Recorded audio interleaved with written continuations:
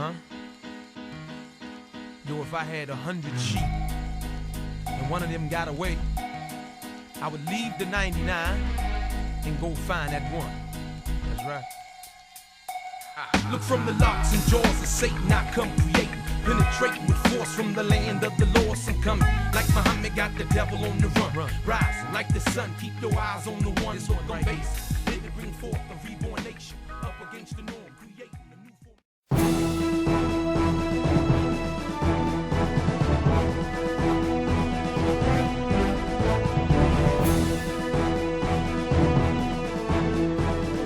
And we're going to ask all the candidates if they would come on up to the front. Take your place. The moderator tonight is Reverend Darrell Neal, and this isn't my show. This is not the show. It's the Serenity Church, but the People's Tribunal. So I'm going to ask him if you just go ahead.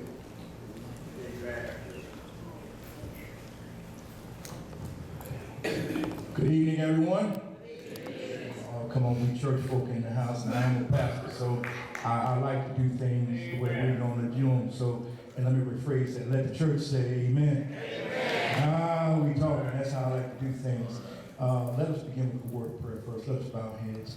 Eternal gracious Heavenly Father God, we thank you for this night. We thank you for your graciousness and your mercy. We thank you, O God, that you allowed us one more time to be in the land of the living. So now, Lord, as you look down upon us, have mercy upon us and all the things that we shall say, do, and we ask that everything that we say, do, and that we think is pleasing in thy sight. We give you all the thanks and glory that you deserve. We raise the greatest praise we can give you, which is hallelujah. Bless each and every one of us this night as we join together in unison as brothers and sisters in Christ first, and then as political party candidates and people that are of the community. For all things must work through you, who work to those who love the Lord and are called according to his purpose. Bless us, O God, as we continue to unite as one Valdosta, as brothers and sisters in unison. And we ask that you bless these candidates, that whoever is successful here tonight shall go on to do a great job in victory, because it is you who establishes these governments, not us. We're here just to fulfill those positions. We ask that you continue to bless us this night in the name of the Father, the Son, and the Holy Spirit. Amen. Amen. Amen. Now, before we truly get started, there have been some travesties and some injustices that have occurred in our country in the name of shootings across the nation. There have been so many violent shootings that have occurred, and we want to have a moment of silence, as well as we've had our one shooting right here in our very own town that's just a few feet away. Miss Desiana Hill was gunned down right here, just a few yards away as well. So we want to have a moment of silence for each and every one of those persons and their families, and we ask, oh God, that you just have some mercy upon them and just lift up the name of the Lord, that he may cover them while they go through this time of trouble. Amen. Let us render a moment of silence.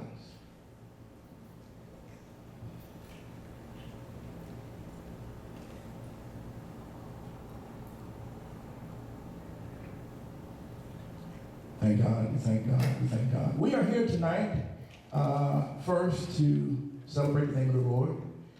Secondly, to establish a strong foundation of what these candidates will do for us as representatives of this community. We will not tarry because these questions are really in depth. They will entail some, when I actually am the one who compiled these questions, and I'm pretty sure that these questions will cross a broad spectrum of some of the things that we as citizens will want to see from these candidates.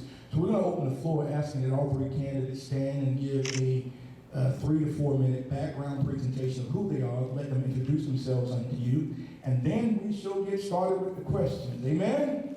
Amen. Amen. Amen. All right.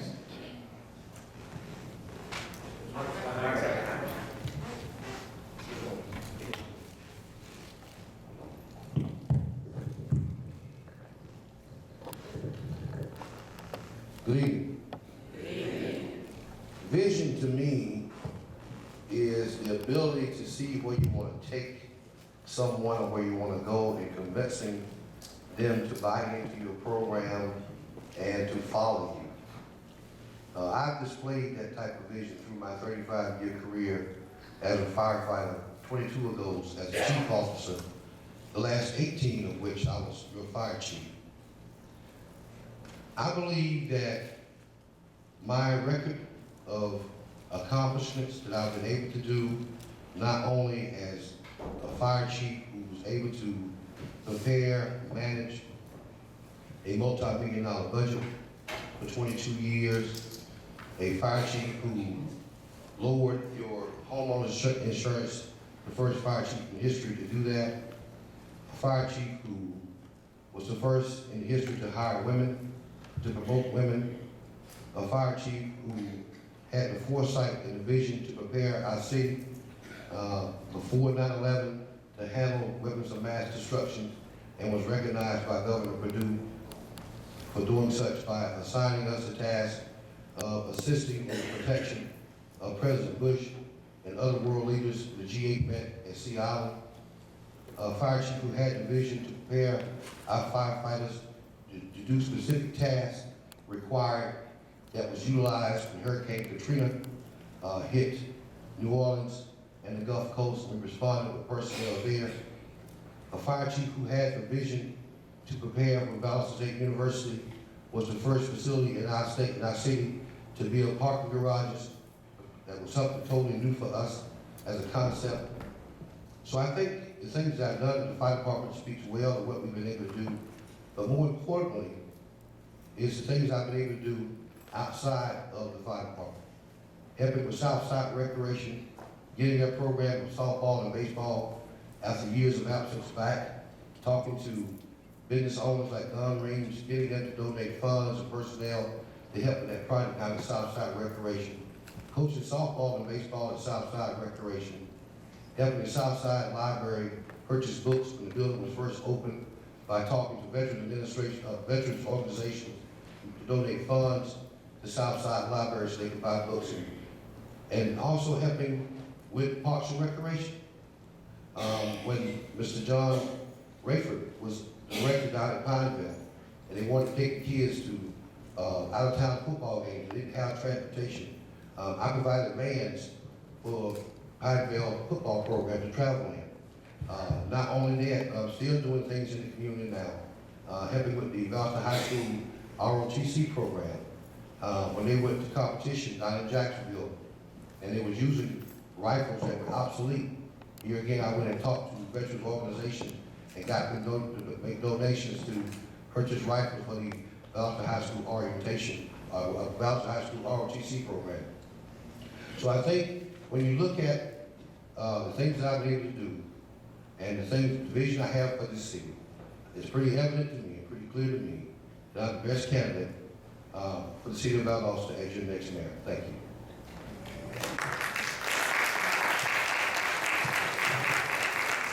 As former Chief G.B.R, we now have Kevin Bussey.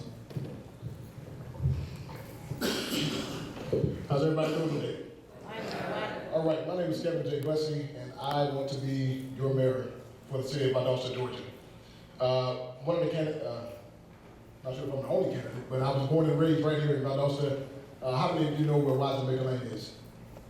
That is my stomping ground. That is where I'm from. So you know the issues, the struggle that it took to be where I am today, to stand on this stage, running for the position that I'm running for.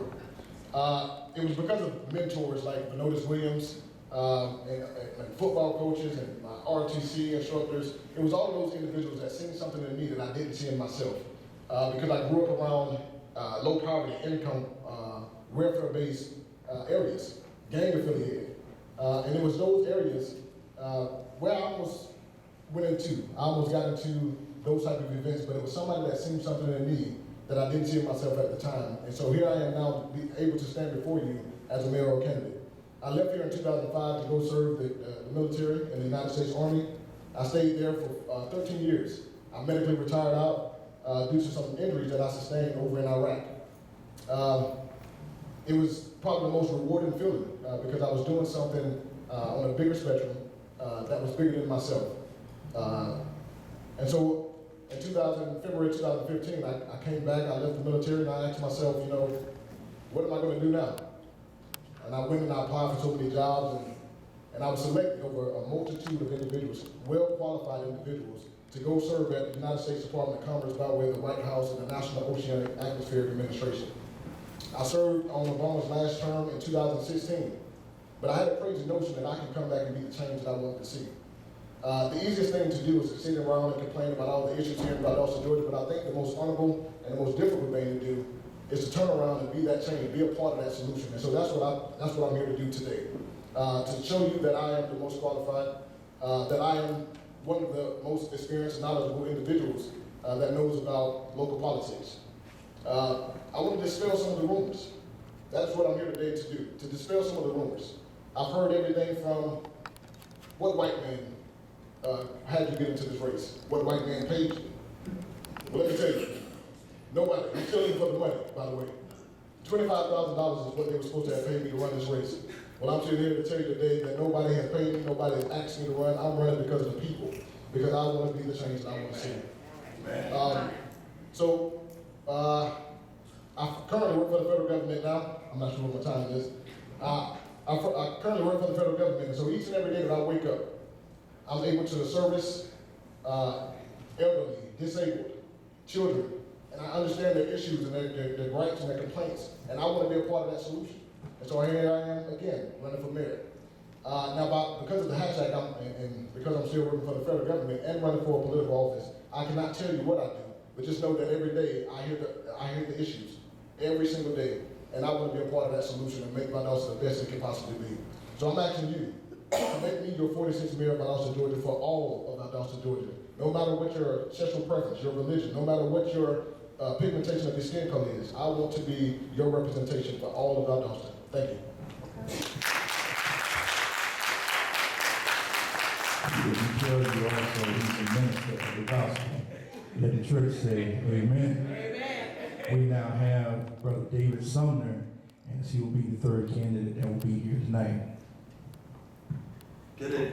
Good evening. Is this working? I'm here tonight because I'm going to represent all of Valdosta. I don't care what your economic status is, color of your skin. We're all Valdostans. And we got issues in this community that got to be resolved. And I feel like I'm the one that's most qualified and will be able to solve those problems. And I'm a great listener.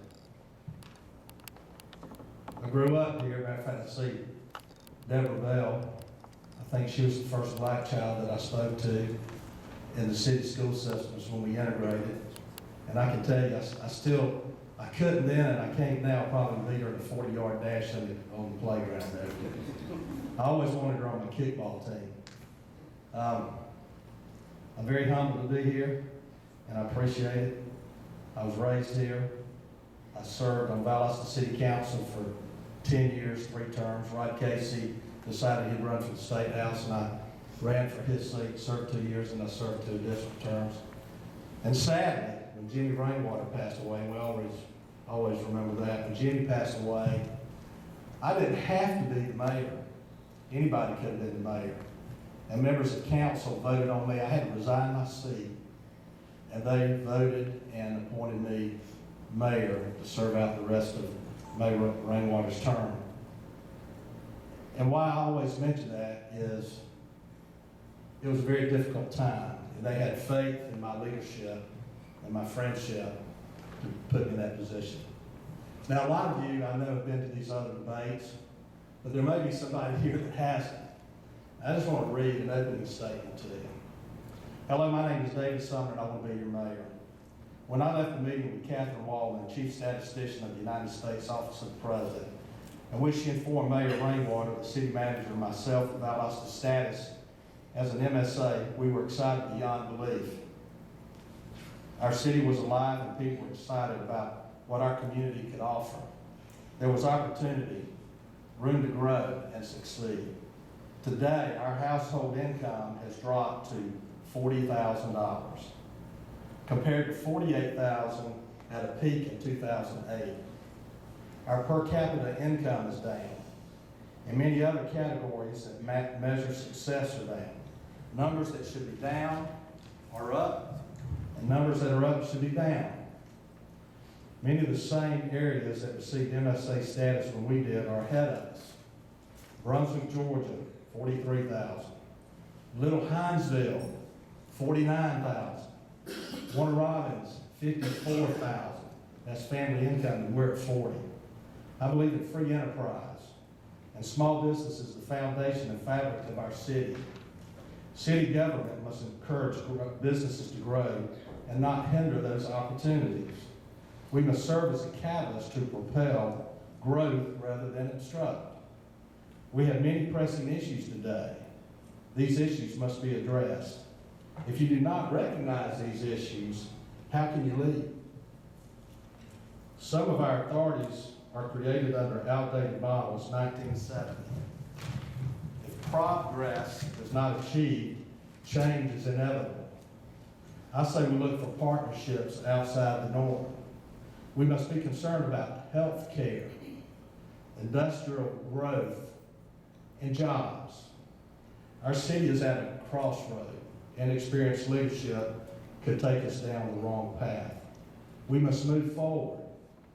I have the experience and knowledge of city government to help all of Valdosta. When elected, all voices and all neighborhoods will be heard. Working together, we can build a better Valdosta. Thank you.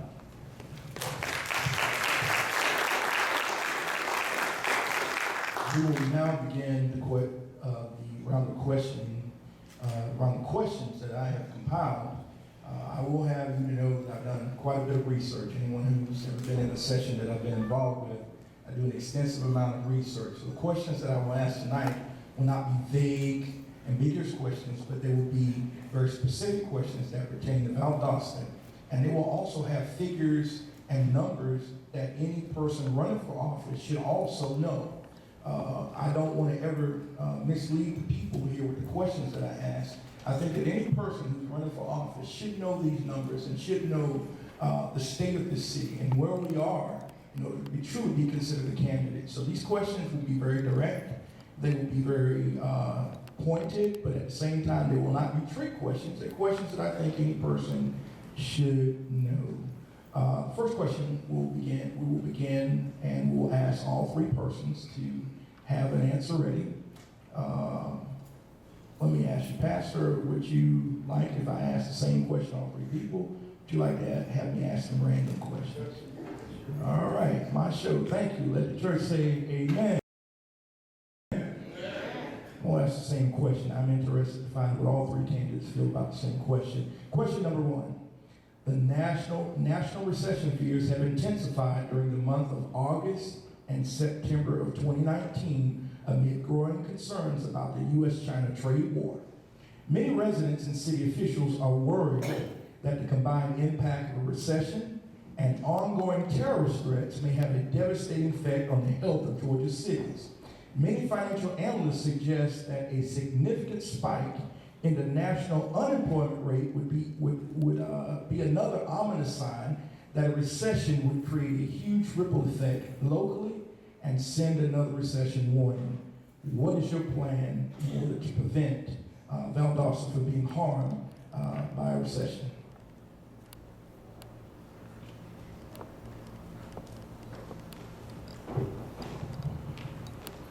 Well, nobody's recession-proof. Although in 2008, Valdosta, along with another community in North Carolina, showed significant growth during that financial times. And one of the things that we did then, and we'll have to do again if a recession does hit, is tighten our belts. We'll have to trim things that we normally would want to do as a city government that are non-essential to make sure that we provide a balanced budget. We're required by law to have a balanced budget. So that means belt tightening sometimes. What typically happens is that the budget is just a projected amount of income the city expects to receive when they agree to a budget. But you can't really go by that projection because actual revenue may not match what your projections are. Right now, the city has a projected $100 million budget. Actual revenues may not reach that $100 million because if a recession hits, obviously people are going to spend less, and we're going to be able to recover less money on our sales taxes and property taxes and things of that nature. So the first thing I would do is request the city council, direct the city manager to ask each department to trim back necessary amount of funds so we can present a balanced budget. Sometimes we have to cut back 2% or 3%. It all depends on what the financial projections are on the revenues that we're going to receive. So that's the first step I would do. You can also eliminate some of the programs that the city participates in. So everything has to be on the table. The only two things that I would not touch would be the two divisions of public safety. That's the police and fire. Obviously, you gotta have those. But those two are essential life-saving entities that we gotta maintain that level of service. But everything else would obviously be on the table. Very good. Mr. Bussey, the same question is posed to you.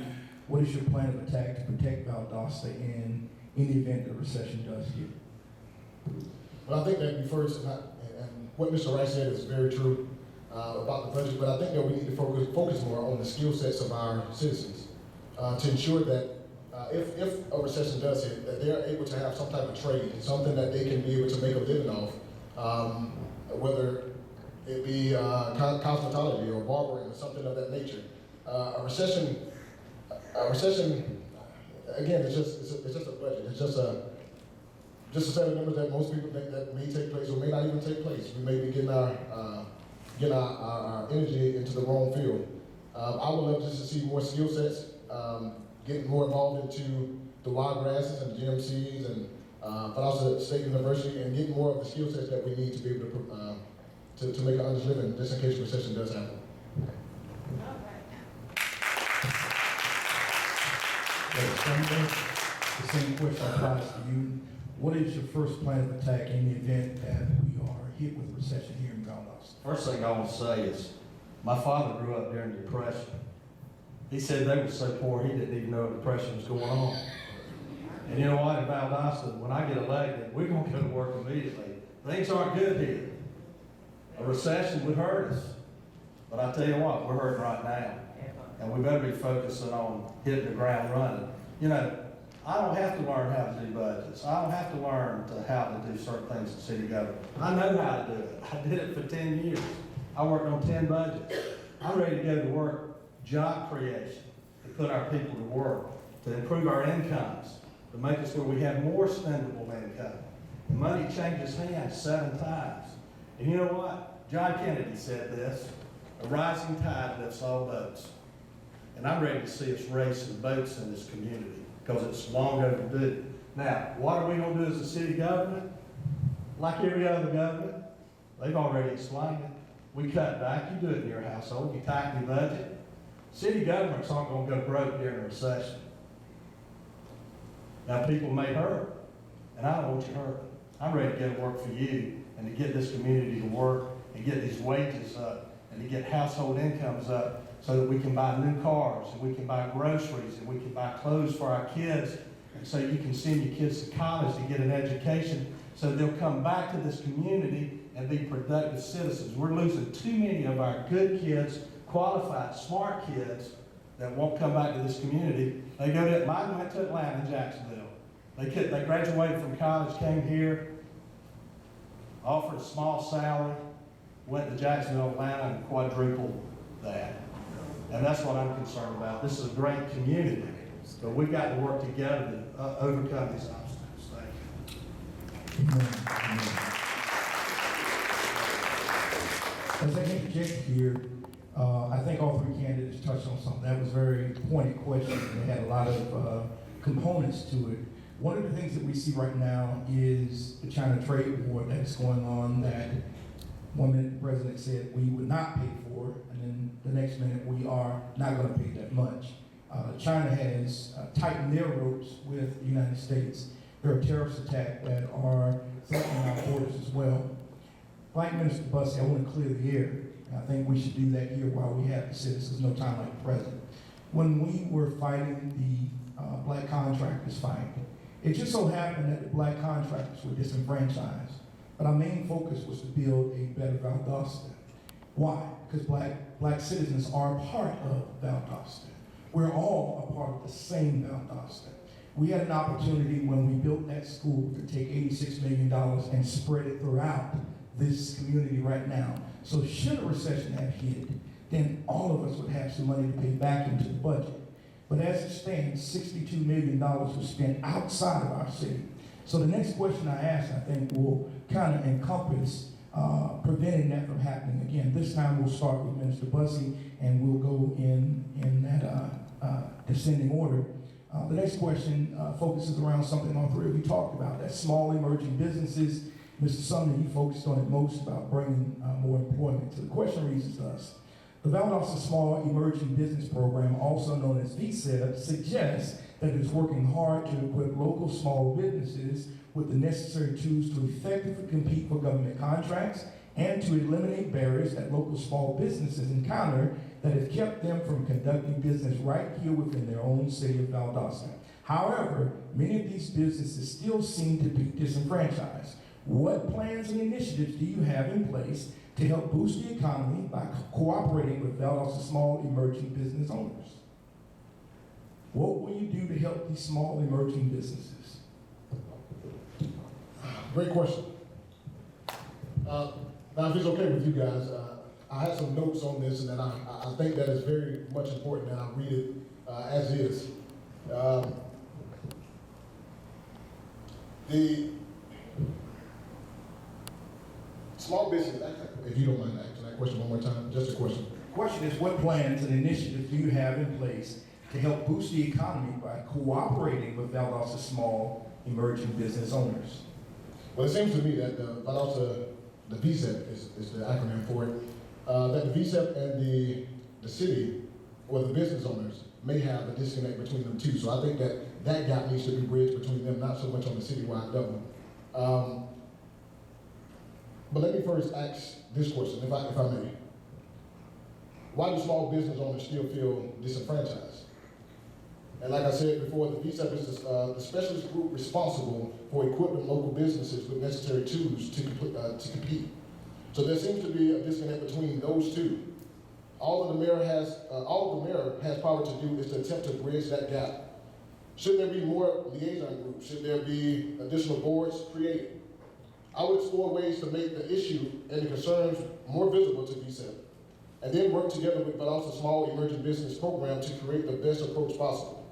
Once those plans are created, we must then each hold accountable for its execution in order to achieve that goal.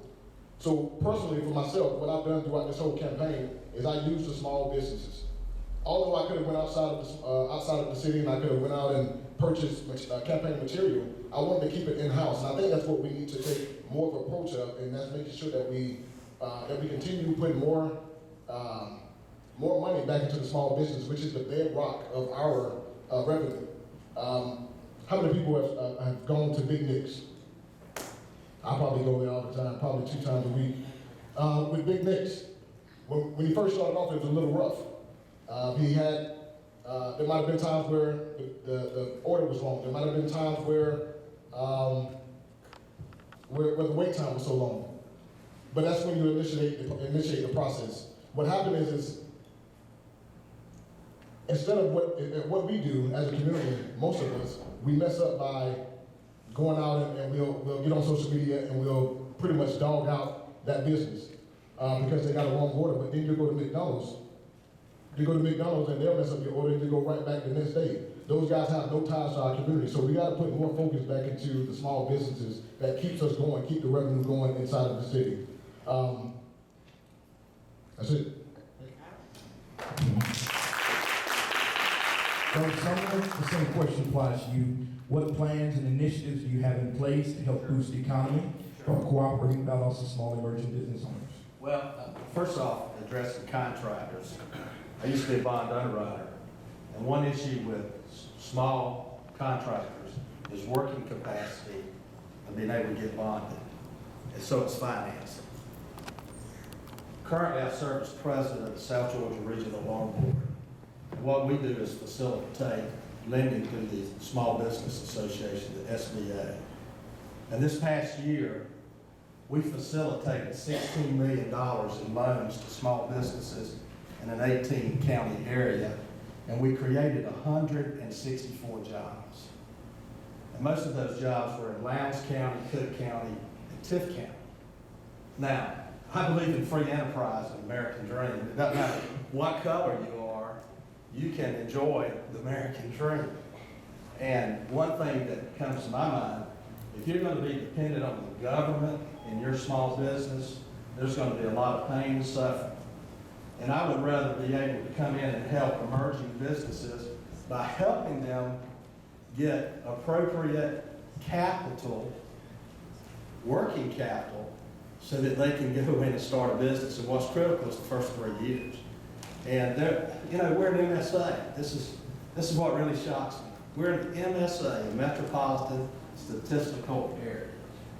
That means we can get the same benefits and programs as New York, Los Angeles, Tampa, whatever. And we haven't facilitated that. We haven't stepped up to the plate.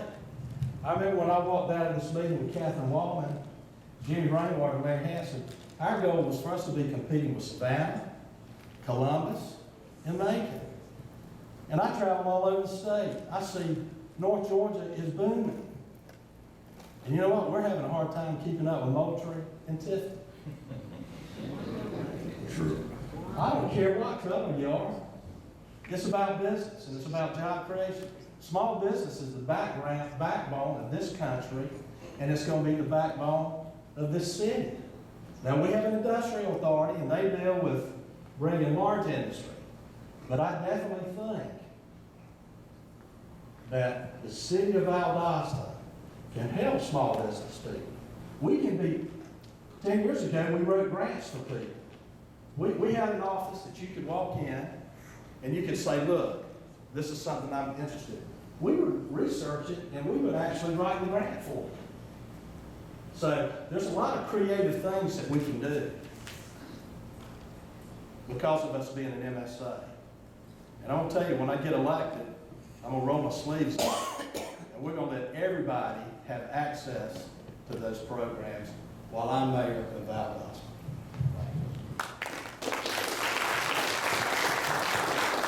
Bryce, let me ask you the same question. What plans and initiatives do you have in place to help boost the economy by cooperating with Valdosta small emerging business owners? Do the same thing you did over in Brunswick. Brunswick Industrial Authority of Brunswick-Lane County came out with a program called Opportunity Zones. That program is designed specifically for areas in the city of Brunswick that have been economically challenged. They will give you $100,000 startup, also assist you with grants, and on that $100,000, the interest rate's only 3%. That's to entice and to help small business owners, or people who want to start a small business in the city of Brunswick. Our industrial authority is a joke. They think we should fly balloons, put up banners, and have a parade because they bring in one industry in the last 7 or 8 years to hire 150 people. We welcome those people here. There's so much more that we should be doing. Because if people want to start a small business in Valdosta, there is so much red tape they got to go through. It's discouraging. The first thing I would do, instruct city council to get with planning and zoning, to look at what's known as the LDR, the Land Development Regulation, and all those regulations that are a hindrance to starting up a business or to doing business in Valdosta, eliminate it so we can become more business friendly. I'm gonna give you an example of how we compare to other cities. Forbes magazine had an article that rated 200 small to medium-sized businesses in America as being business friendly. Athens ranked as the 6th business friendliest city in the country. We rank 125th. It's a deterrent when people want to start a business in Valdosta. The unnecessary regulations and red tape they got to go through just to start up.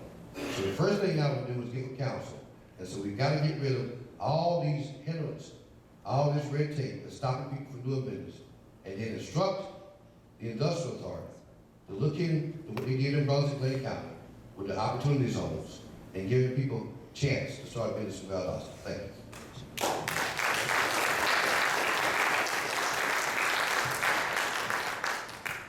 Pastor Neal, is there a rebuttal?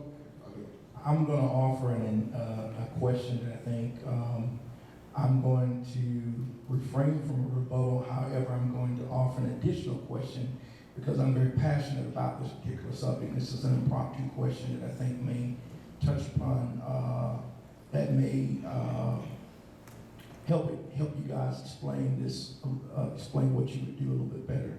As I was listening to each three of you give your responses, you gave a generalized response, whereas this is a very, very specific question. So I want to give you a little bit more in-depth information on some things that have occurred throughout our city. In particular, when we dealt with the building of Valdosta High School. We stated that we would use Valdosta small and emerging businesses. However, when the contracts came out, the contractor who did all the bids weighted the contracts away from Valdosta. In particular, when we did the bids and the contracts as they came out, we saw that companies that were used outside the state of Georgia. We saw that companies were used outside the city of Valdosta. We saw that contracts that are, when you have a small emerging business program, typically the contract should be weighted towards Valdosta citizens so that we should have a priority to receive jobs first. However, that did not occur. Some of the things that we saw that really affected the black community especially was that we had a company, Con. Most of the companies that were involved were predominantly white companies. When Con received voting from the board of Valdosta Board of Education in the area of minority hiring, we received the lowest score. Con is a Russian company. That is South Carolina's #1 minority hiring company. Benjamin Pillow is a predominantly black company that has $900 million in revenue passing through it. He does work for Boeing. He does work for Chatham County. However, when they came to the city of Valdosta and they were investigated and voted on by the school board, they received 5.3 points out of 10 points for minority hiring. So what we're seeing is a disenfranchisement of minority companies, small emerging businesses. What will you do to help keep these companies from having these types of things happen again? Will you weigh bids that lean towards Valdosta citizens? Will you weigh bids that lean towards minorities? What is your plan of attack to prevent this from happening again? Because it is drastically affecting our economy right now. What will you do to help that? We'll start with Mr. Bussey again.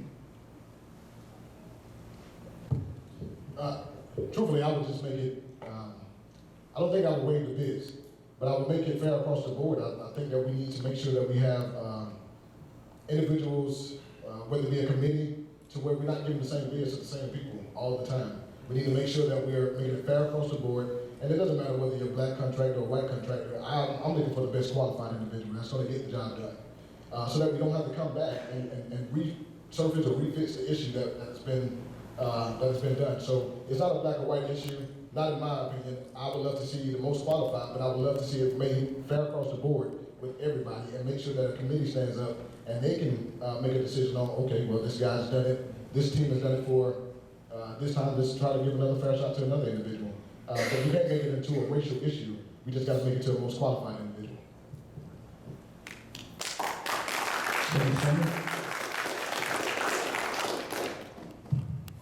I'm not in favor of set-asides. However, I think everybody has the same opportunity. It's all about financing. We talked about that a while ago. I mean, if we need to have schools to teach people how to, build their businesses, but that's not going to put money in the bank for them. They got to get out and work and save money and build equity and the 3 C's, capital and all that stuff. However, this argument is just not a black-only argument. While I served on city council, we had architects, contractors, people that did lawn maintenance. They always complained that you should give the work to people in Valdosta. Well, government, from federal government down to the local level, is about accepting the lowest bid. That's what it's all about. And you could put yourself in a position, if you only accepted bids from local contractors, it could wind up costing the taxpayers a lot of money, and you may not be getting the very best price that you could for the taxpayers. And I know when you elect me, you're gonna want me to manage your money appropriately and prudently, just like we talked about tightening our belt. I wasn't involved in all that stuff. I read it in the newspaper. That's a thing of the past, man. I'm ready to move forward. When I'm elected mayor, everybody will get an equal opportunity under whatever the guidelines to be able to participate and build their businesses. Brother Rice? Well, first of all, set-aside programs are illegal, so you can't do that legally. But what some communities have done, they have a clause in their contract bidding that if a local vendor is within 3% or 4% or whatever percentage they want to set of the lowest bidder, if it's a local contractor, the local contractor gets the job. So there are ways that things can be done. But I don't think we should base what we do on the color of someone's skin. We should do that. We want the best for our citizens, just like we want the best for our children. But I think we need to have full participation in everything we do. And there are ways to get full participation in everything we do. I'll give you an example of what can be done, and I did at the fire department. When a project wants to be built, you have to write what's known as a specification. And those specs are what materials you want to use, how the building's going to be designed, where it's going to be placed at, so on and so forth. So when the person that gets that bid, I'll know what you want. And they can look at the specification and determine whether they can build that project or do that project or not. And then they'll submit a bid for you to accept. So when you're writing your specification, obviously you can't write in there that we want so much minority participation because that's illegal. But you can write in there that a certain percentage of this project will be given strong consideration to local vendors. So everybody can have full participation in the project. Now, what happened on the high school, I wasn't involved on the front end of what happened. I'm like most of you. I read what was in the paper. But I do know this, that when I become mayor, I'm gonna be fair to every vendor, every contractor, every subcontractor, every citizen, just like I was when I was fire chief. Thank you.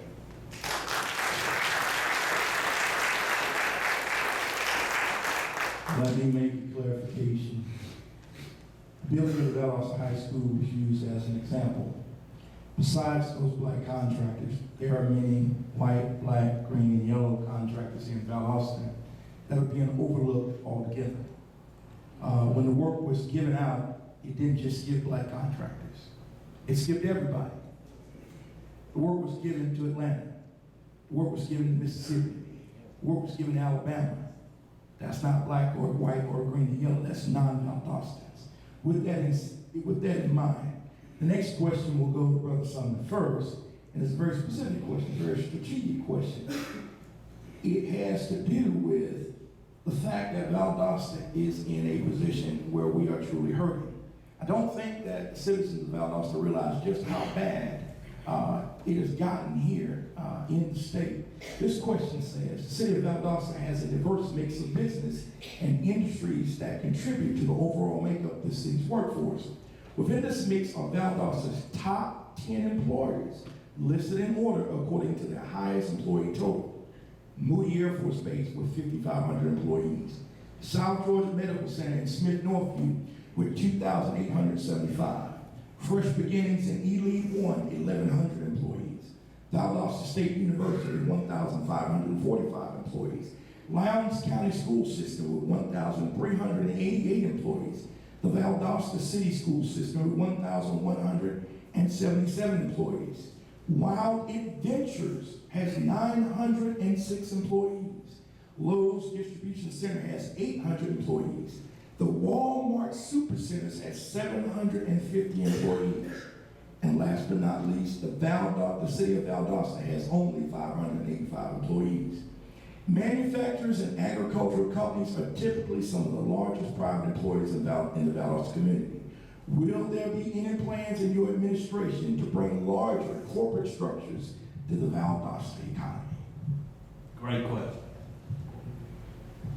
You know what most of those employers have in common? They're all government. And our city's become almost totally dependent on the government. And I can remember there was an article that came out in the newspaper that said Valdosta was recession-proof, right? Well, Moody downsized, Valdosta State shrunk. I mean, I can go on and name things that happened that people just didn't believe was going to happen. Government will shrink. Those guys up in Washington, when it's tough times, they just cut the money out. They don't care. I mean, that's just the way it works. Now, I think that we've used some outdated models on what this community is about. And I'm so tired of hearing that we've got an uneducated workforce. I don't believe that. If you build it, they'll come. And also, if you build it, people from outside will come in with additional monies. And then we live in a time and age now where we deal with analytical data and data mining. And we have new modern tools for decision making. And what we must do is get together and focus on some of these models and determine what this community needs, what we can support, and what we would be good at. I want to partner with whoever and come up with a new model, a new study that would suggest what this community could really be good at. And I say this, my children attended Auburn University. And outside of Auburn, there's not much. But I can tell you one thing, if Opelika, Alabama can get a car manufacturing plant, why can't Valdosta? We're an MSA. We need to think big. We can't be small thinkers. We have the people. We have the population. And let me tell you something, you drive around, you go from Macon south and right through some of these small communities. You think we've got some issues? They got major issues. We should be the shining star of South Georgia. We should be the beacon on the hill. We should be where everybody wants to come that's going to live in South Georgia. We can do it in industrial growth. We can do it in small business. We can do it in retail sales. But one thing that I've noticed is we've gotten younger and poorer. And one thing you didn't mention is a few years ago, 10, 15 years ago, our economy flipped. We became a service economy in Valdosta, a service economy. And the vast majority of new jobs that we've gotten is working in restaurants and working in department stores, big box department stores. And what concerns me is, how many of you shop on Amazon? What is the future of retail? And most of these big retail stores, I'm very happy they're here, but it's part-time employment with no benefit, minimum wage. And in the hospitality industry, that success rate is not very good. You think about all the restaurants that have come and gone in your lifetime in Valdosta, and how many people that you know can say, well, I worked at this, we've got some very good restaurants that have been successful, but how many can you say, well, my grandmother's worked there for 25 years, and she's got a 401k, and she's going to be able to retire 65 and life is gonna be good. I'm gonna wind it down. When I get elected mayor, we're gonna work, we're gonna figure things out, and we're gonna put our people to work. Thank you. Well, Bryce, same question applies to you, and I'll even extend the question a little bit. I just believe in Valdosta we're more than just agricultural companies and laborers. I do, as was stated before, as Brother Sumner said, I do believe we're some very educated people. I may not be the sharpest knife in the drawer, but I believe that I'm exhibiting that same educational value here just by having done my homework with these questions. I do believe we're more than just that. So I do want to ask you that question again, and I really want to see us answer this question in depth, but and have an actual plan.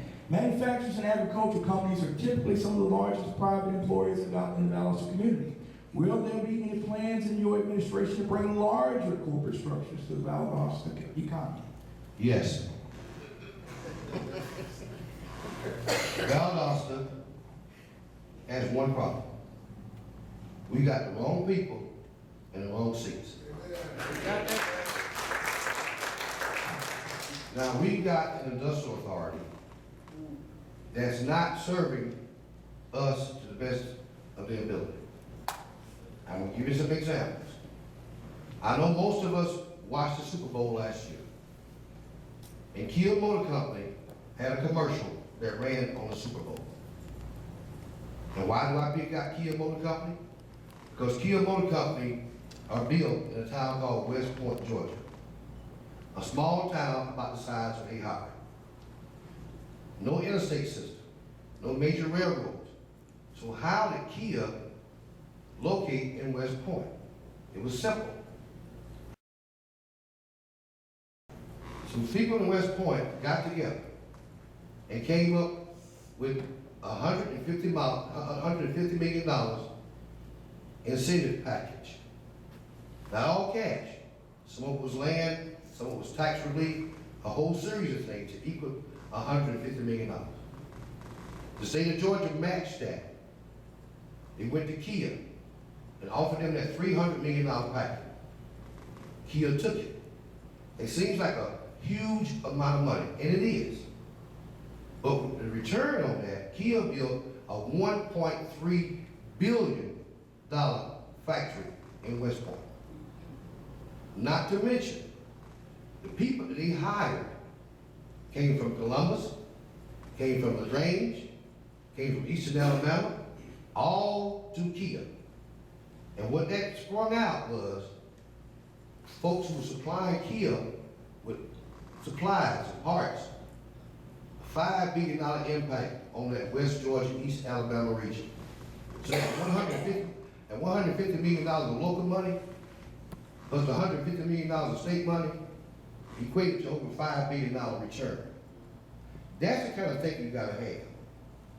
Now when Levi's left in the late 90s, that was the largest private employer that paid good salaries in Valdosta.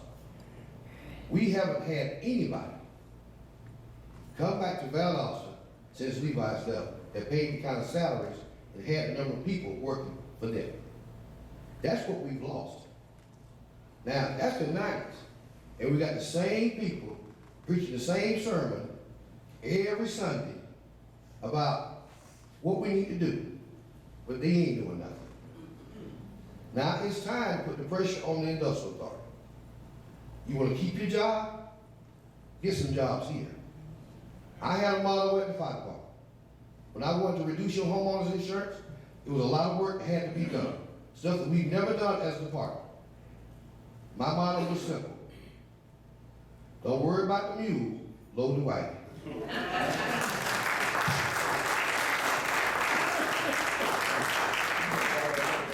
And them that did not want to load the wagon, get your bucket and go home. We got a mission. We can save every property owner in this city money by lowering what they pay on their homeowner's insurance. And we're going to get it done. And we got it done. And now in that, it's even went down lower. Now it's one of the best in the country. But it's that type of vision, that type of drive that's going to take to get those jobs here. We got to be competitive. Now, one of my opponents just mentioned Amazon, and I'm glad he did. Amazon wanted to build a second world headquarters in Atlanta. They didn't do that. It went somewhere else. But what Amazon did do was build a 300,000 square foot, they call it fulfillment center, which is basically a distribution center in Atlanta. They hired 3,000 people. They built another one, a smaller one, 100,000 square foot facility in Macon. They hired 1,000 people. Now Amazon wants to continue to build facilities in Georgia. Pooler, Georgia wants an Amazon. Tifton, Georgia wants an Amazon. Now, if Jeff Bezos, who owns Amazon, decides to build his plant in Tifton, Georgia, he'll have to land his plant in Valdosta because Tifton Airport's not big enough for his jet. That's right. That's insulting. Valdosta should be first priority. That's why my motto is very simple. Putting Valdosta first.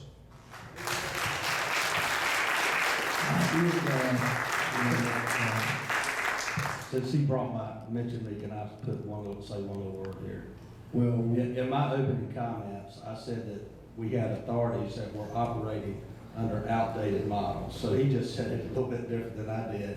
And the Kia, I referenced the Kia plant a while ago. I called it Opelika, Alabama. West Point and Opelika are side by side. we're going to just Thank you. not do rebuttals. We're going to keep it.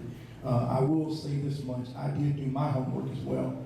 And one of the reasons that our unemployment rate has lowered is because a lot of people have left the workforce in retirement.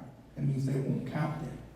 And a lot of people have moved here in retirement, which means based on the number of people per capita of this county in relation to the number of people actually working that are not actually counted in the workforce, it also lowers the unemployment rate. So it'll give the image that we have an actual lower unemployment rate than we actually should have. Minister Bussey, can you respond to that question as well? Guys, let's think about it. You have to ask yourself, if you were a business owner of a multi-million-dollar corporation, would you bring that business right here to Valdosta, Georgia? That's something that you have to ask yourself. So I put myself in Jeff Bezos' shoes and ask myself, when I come to Valdosta, Georgia, where most of my business is ran by and in need of the internet, does Valdosta have 5G, fiber optic internet here to be able to sustain that business? We don't. So what I tell you is that we got to put focus on our infrastructure here in the city of Valdosta. The Kia plant sounds great. Amazon sounds great, but until we focus on the infrastructure here in the city of Valdosta, that is why none of the business will come here. There's a world up underneath us. We have to think about that. So until we fix the infrastructure, until we put more focus on the infrastructure, until we remove some of those pipes that's from 1801 that's underneath us, until we fix the communication, the roads and the bridges, none of the things that these guys are talking about will ever come here to Valdosta, Georgia. So it's time for us to start being proactive instead of being reactive, and now we need to put more focus on what's needed, which is the infrastructure. Thank you.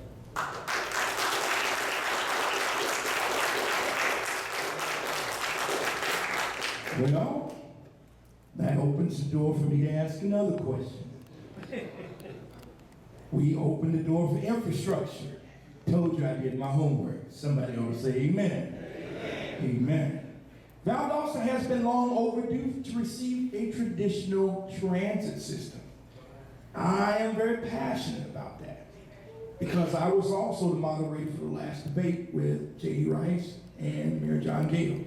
And I asked that question that night, and Brother Rice, you had a very good answer for it.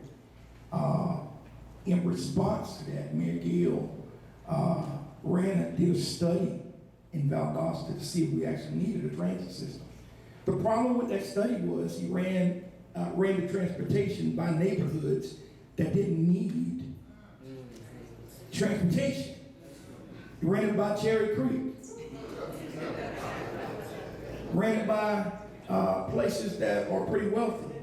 And at some point, the study curved through and went through a couple of low impoverished neighborhoods that don't have transportation, but 3/4 of that route was away from the people who actually need. So when you finish that study, it appears as if nobody wanted to use transportation, but the places you ran it by didn't need it anyway. So I want to ask this question because I think it's very important to me, and I think it's very important to the candidates, I think it's very important to you. Valdosta has been long overdue to receive use a traditional transit system. Lowndes County maintains a shared ride transit system that has 8 passenger vans. This system provides rural transportation services. Do you believe that Valdosta is in need of a metropolitan transit system? And what would be your plan to fund it? I think this time we start with, who do we do? I think something last time, I think it was Mr. Rice. Mr. Rice, there you go. Y'all help. There you go. Help me stay on. Yes, we need a public transportation system. In 2003, when we obtained metropolitan status, Mayor Jimmy Rainwater said that we were going to get a public transportation system. When John Frey became mayor in 2008, he said that we were going to get a public transportation system. When John Gale became mayor, he said we were going to get a public transportation system. We've had 3 studies by the Metropolitan Planning Organization, a group that we fund. All 3 studies have said, Valdosta, you need public transit. So why don't we have one? We don't want one. Funding is available without raising property tax. Everybody want to talk about property tax. They want to scare you and say they're going to raise your taxes. Look, there are ways to fund it without impacting property taxes. One, there is a bill in the Georgia House of Representatives, and Dexter Sharp is one of our representatives. You don't believe me? Ask him. That will allow local communities to raise the hotel-motel tax 1 penny on the dollar. And we have over 4,000 hotel-motel rooms in Valdosta. If we only had 70% of those rooms occupied, we would still raise over $1 million per year just off that 1 cent sales tax increase. The federal government said because we're a metropolitan city, we are eligible for $1 million in federal funding. That's $2 million. Rome, Floyd County, contract with Floyd County schools to transport high school students on city-owned buses rather than put them on school buses because they don't have enough school buses. Anybody who works with the Valley City school system can tell you we have an issue with school buses. School buses are always late, bringing kids to school. They're always late, taking kids home. We can relieve that by contracting not only Valley City schools, but with Lowndes County schools. Because believe it or not, Lowndes County High School is inside the city limits of Valdosta. That's potential funding there. Advertising on buses is another revenue that we can look at. Not counting ridership. So there are ways, but I'm not finished. Because most of us voted for T-Splash. Did we not? T stands for transportation, y'all. It's a transportation tax. Now they want to build an overpass on St. Augustine with that T-Splash money. And that's fine. But they're projecting there's going to be some miscellaneous funds available for T-Splash. That's not earmarked for anything. Those funds will be used to supplement running the transportation system. But I'm not finished, y'all. Because 4 years ago, the state of Georgia raised the gasoline tax. And they said part of that tax was going to be turned back into local communities to meet transportation needs. So where is that money? That money can be used to help supplement transportation. But I'm not finished, y'all. We subsidize what we want. We subsidize the airport. We subsidize Rainwater Conference Center. We subsidize Parks and Recreation. We subsidize those entities, and nobody has a problem with it. But every time you mention public transportation, it ain't gonna make no money. Well, Rainwater ain't making no money. The airport ain't making no money. Parks and Recreation charge a child $85 to play baseball and give him a t-shirt and a ball cap. They ain't making no money. We pay for what we want. We get what we want. There are ways to fund public transportation without touching a dime of property tax. Amen. It's called having a vision It's called having the intestinal fortitude to say, this is what we need to do, and this is how we're gonna do it. I know folks don't want buses riding down the streets of Valdosta. If they did, we'd be having them by now. But statistics have shown that businesses located along those corridors increase their sales, increase their profit. Bus system is good. Val State University students, I'm gonna sit down, Mr. Mayoral. Val State University students, they ride on transit every day, except weekends. Except weekends. But those kids have needs on weekends. All of them don't go back home. Some of them go to Walmart. I've seen kids walking down Bay Street with grocery bags because there's no bus system here. Now, I keep using Athens as a catalyst because I like what they're doing in Athens. I like the relationship the University of Georgia has with the city of Athens. This is what Athens does. If you're a student, you show your ID, you ride the bus free. If you're a senior, you ride the bus free. If Athens can do it, if Hinesville can do it, if Albany can do it, if Augusta can do it, if Macon can do it, if Savannah can do it, Columbus can do it, Rome can do it, Gainesville, Georgia can do it, I'll rest my case.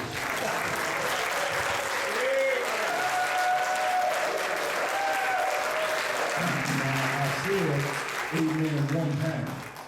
Y'all know how we do it in church. If the pastor has to say amen a second time, that means you got to sit it on down. Amen, somebody.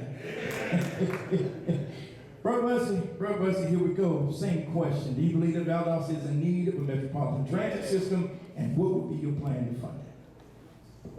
All right, listen, guys. Most of that information sounds good, but we have to get into the understanding that what works in another city won't always work in Valdosta. If you were to go into Hinesville, I guarantee you that is a very unique place, but it's nothing like Valdosta. The dynamics are different. So we got to get into the mindset of what's good for Athens, Georgia is good for Valdosta, Georgia. When you think of Athens, Georgia, what do you think of? The University of Georgia, right? When you think of Valdosta, what do you think of? Valdosta, Georgia. You don't think of Valdosta State University. It's a different dynamics. So what's good for one may not be good for us. Now listen, I'm not saying that transportation is not there or it's not needed. My grandmother, my aunties, my family members still live on the south side of town and have a struggle to get over here on this side of town to Walmart and some of the other organizations over on this side of town. But you got to think about it. When there's 90% of your city, 90% of your city that don't want it, and then you got 10% of your city that doesn't need it, what do? Now, what we've heard is that we'll get this federal government money. I want you to understand this. I work for the federal government. I've worked for the federal government in D.C. There will never be a time, and I want you to listen to me clearly. There will never be a time where the federal government will give you all of that money at one time. So if they say, hey, we'll give you $1 million, they may only give you $500,000. Your city has now come up with the rest of it and give it back to you on the back end. Valdosta doesn't have the money to be able to allocate for it. That's just the truth. And I know sometimes the truth is not the easiest thing to hear, but it's the most important thing that you need to hear. If you were to fund it, with the sales percent, the 1 penny on the sales taxes, understand this, that is only going to give you a tourism transportation system. It will not give you, taking you from here to Walmart. It may take you from your point out to Wild Adventures, but that's it. That's the only place that you go. So have we fixed the problem? The problem still lies. So that is not the public transportation system that we need. So I want to read something, because transportation is very near and dear to my heart, because we've been talking about it for years, and it still has not come to fruition yet. The idea of transportation is a great and exciting thing. But at this time, I do not think that that is a dire necessity for something that's not even guaranteed and sustainable for long term. What's going to happen when we can't sustain this 5 years down the road? How many of you have kids? So the ones that does have kids, why do we take on a multi-billion-dollar project that we don't know if it's going to work 5 years down the road, and then our taxes? So what's going to happen is everybody that has a set amount of money coming into the home, what's going to happen when your bills and your taxes and everything increase? Your bills, your money stays the same, but your bills increase. What do you do then? You have to ask yourself all of these tough questions before we decide that we want to bring on a project that's going to be just that tough. It's a reason why it's not here. And I'm not saying that it's not needed, but we have to really truly be strategically make a way to bring transportation here. One of my key points, and the thing that I was telling Mr. Neal, is infrastructure. Infrastructure, we have to look at it more than just saying, hey, we're going to bring a bus system in. We may have to widen streets. We may have to fix the roads. Can our infrastructure handle big-time buses to come here in the city of Valdosta? Those are the tough questions that you have to ask yourself. Are the roads and the bridges suitable for heavy transportation? Can we afford those infrastructural improvements, and can we sustain the cost of mass transit? If we could create mass transportation, do we have enough jobs, economic development, and entertainment to keep the mass transit operating at a top efficiency level? Would the majority of the population actually use it? Now, how many people are born and raised right here in Valdosta, Georgia? Let's be real. How many people are born and raised here?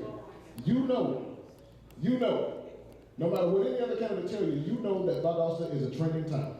What's good for today may not be good next month. You'll start to see 50 people riding that bus, and then I guarantee you in 2 months you'll start seeing 2 people. So we got to be very careful about making and bringing on multi-million-dollar projects that may not work for us down the road. Thank you. One that says yes, and one that says no. It's on you now. You know, I brought me some talking points because I felt like that was going to come up. Now, I'm going to tell you what you need to do. The governor is calling the legislature back in a couple of days, right? And I think you better watch what's going on because I think there's going to be some movement with transportation, okay? And sometimes we don't control everything.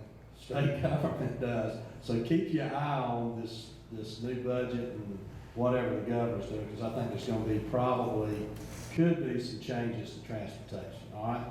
But here's my talking points. And my wife and I, one Saturday afternoon, got in the car, and we went through just about every street in Valdosta. I burned a tank and a half of gas in my little Nissan. And I told Allison, I said, God, look at these cars. There were 4, 5, 6 cars in one household. It was unbelievable. So I went and did some research. Currently in Valdosta, the average household owns 2.2 vehicles. Valdostans don't have an issue with the lack of means to be transported. We are an MSA, which means we have access to many entitlements provided by the federal government. The feds are willing to provide upfront payment to help buy buses and etc. However, the continuing costs will be carried by the taxpayers of Valdosta. The cost will be extremely expensive. In fact, the system would never pay for itself. However, the city provides other services that do not return a profit. Many of those services are the reasons we live in a city, which is for a higher level of service to help improve and maintain a better quality of life. However, I believe the most pressing issue we have is job creation and improved salaries for citizens, along with first responders and employees within the city's group of employees. I would not want to hinder those goals to provide one service to a few. However, as we grow the Valdosta economy and we create new jobs, the prospect of public transportation could become a reality as we improve and grow our base of income created from such growth. Our current budget does not have the monetary room to make that step a reality today. However, working together to improve our household income, create higher paying jobs, and return our city to the financial status we once held will certainly open up the prospect of building such a system. Working together, we can build a better Valdosta. Thank you. Very good. Y'all excuse my voice. Y'all know being a pastor, the voice goes in and out when you've been preaching hard on me. So y'all just got to bear with me. But I'm about to talk about a subject now that I think is very passionate to all of us. I'm very concerned about Valdosta. I am in Charleston, South Carolina resident, and so the shooting at Mother Emanuel is very close to me because those were some of my classmates. I went to South Carolina State University, and Sharonda, the minister there, was a friend of mine. She ran track. She's a track coach. Brother Clemente Pinckney is just several years younger than me. I think he was about 42 at the time. I'm 49 now, so he's about 5, 6, 7 years older, younger than me. But he was our version of Dr. King. He was a senator, a very poised young man at 28. And crime touched the church.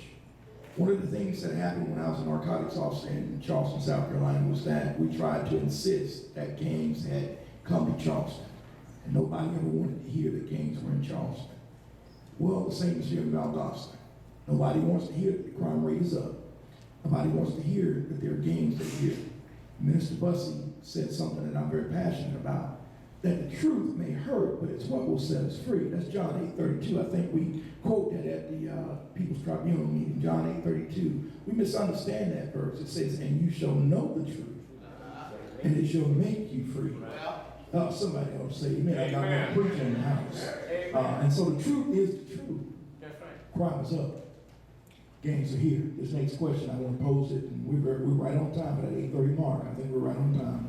According to the Neighborhood Scout, Valdosta has become a cesspool. This is exactly what Neighborhood Scout says. It's a website that does crime rates across the United States. It says, according to the Neighborhood Scout, Valdosta has become a cesspool for crime and has a host of gangs operating inside the city. With a crime rate of 69 per 1,000 residents, Valdosta has one of the highest crime rates in America compared to all communities of all sizes, from the smallest towns to the very largest city. In the Valdosta Daily Times column, the Lowndes County Sheriff's Office reported at least 300 active gang members. This is Ashley Park now. He just did this. This is a 2019 article. He says that there are at least 300 active gang members and associates that are operating right here in Valdosta, claiming affiliations to everything from Crips to Ghostface Gangsters and even the Area Brotherhood, and the latter being white supremacist prison gangs. How will you approach this issue, and what methods do you feel are effective in helping Valdosta finally recognize this problem?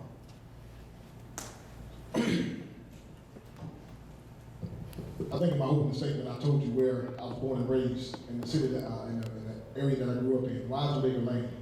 Many people know that to be one of the toughest places to grow up. So I know the issues of the gangs, the drugs, and there's a lot of gangs in this. We have a big epidemic of gangs in the state of Georgia, but also in Valdosta as well. The way that you combat gangs is that you first got to get to the root of the problem. The root of the problem is low income, welfare based. When you look at the jobs, all the things that we've covered so far are the reasons why these guys go out and get gangs. But furthermore, you have to look at the father figures. Where are they? You have to look at the mentors. There's not many of them, or they're not consistent. And the kids can feed off of that. So what do? They go and find somebody that's going to care about them and love them just enough to get them to do whatever they want them to do. I could have been that same individual, but it was mentors like Venotus Williams. How many of you know Venotus Williams, officer, retired? Venotus Williams is somebody that had a program back in the day called DeFi, the Drug Enforcement Youth Program. It was somebody that took hold of me, that made me to be in the situation where I am today, to stand before you today, running for the position of mayor.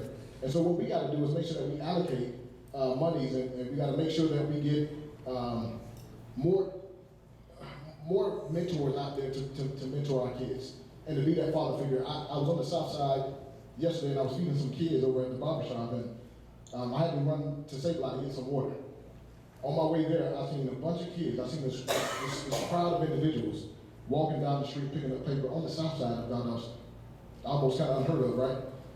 Coming down south side of Valdosta, and I stopped by and I seen these kids, and they was picking up trash. That is where we began to start, and it was the mentors, Mr. Rico that I see back in the back. It was those individuals that are mentoring our children. These guys do anything from tutoring, doing anything from teaching our kids. They got boxing lessons to deal with some of the stress and anxiety that our kids have. Those are the ways that we combat gangs. The state of Georgia has an anti-gang initiative. We'll let those guys handle that, but a lot of things we put on the government that we can do ourselves. We got to start putting it takes a village mentality back in our minds. We got to start putting the neighbors back into the hoods. That is how we combat. Community policing will help fix some of the issues, and we have to do it one street at a time. What Valdosta has to really truly do is stop trying to fix all the goals at one time and do it by objectives. We have to check off the block. Once we fix one thing, let's go to the next. Let's fix it street by street. We can take back our streets. It's just going to take all of us putting it in a collaborative effort in a unified way, and I promise you we can deal with the gangs here in Valdosta, Georgia.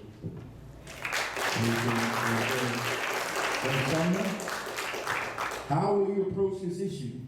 What method do you feel are most effective in helping Valdosta finally recognize this problem?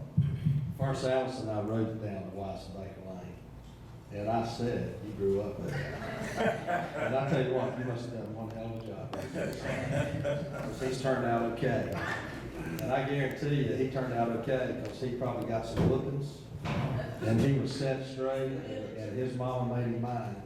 And you know what I say, instead of buying the kids Game Boys, won't you buy them a Bible and drag them to church?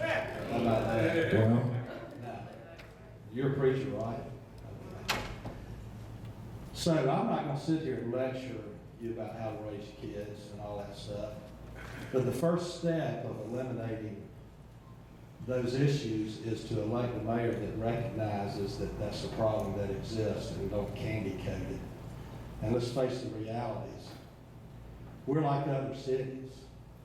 We're not the only city that has gang problems. You know, before I said we get the same benefits as other metropolitan cities. There's funds available. First off, as mayor, I'm not going to micromanage the police department. That's not my job. However, we are to set policy. And part of that policy is as a goal, we must work to eliminate gang activity. And we must give it the funding and use every mechanism within our power to find those resources that can help us and benefit to tackle that problem. I don't think any one of us can give you a specific program or a policy until we get into office and we have full access to the information and to be briefed by law enforcement so that we can make the adequate decisions to focus in what areas of town, who, what, when, where, and why. But I'm gonna tell you, I'm aware of your problem. When I'm elected mayor, it's gonna be addressed and we're gonna do our very best to help make that situation better for all citizens of Valdosta.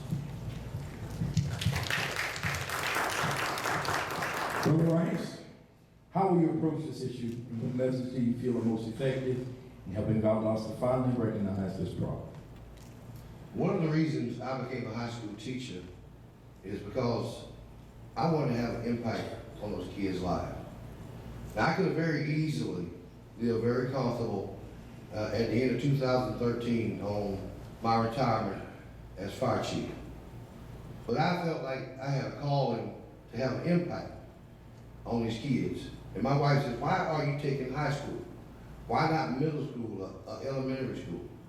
And I said, Michelle, most of the time, those teenagers are the forgotten ones. Most of the programs are always designed to help kids in elementary school, and that's fantastic. We need that. And you have programs to help kids in middle school. But you have very few programs at all to help a child who's a teenager. And it's very hard for some parents, especially a single parent, to convince the 15, 16, 17-year-old son or daughter to always do the right thing when they ain't got no money. It's hard to compete against finances. When that child sees other kids their age wearing bling, Jordans, having money in their pocket, and they ain't got nothing, and their kids are talking. Man, how you get this? Where you get that from? And these kids are telling other kids, this is what you need to do. And it's hard for some kids to say no, especially when they don't have. And that's the issue I saw at Valdosta High School. Some of these kids, they want to, no child is born a gangbanger.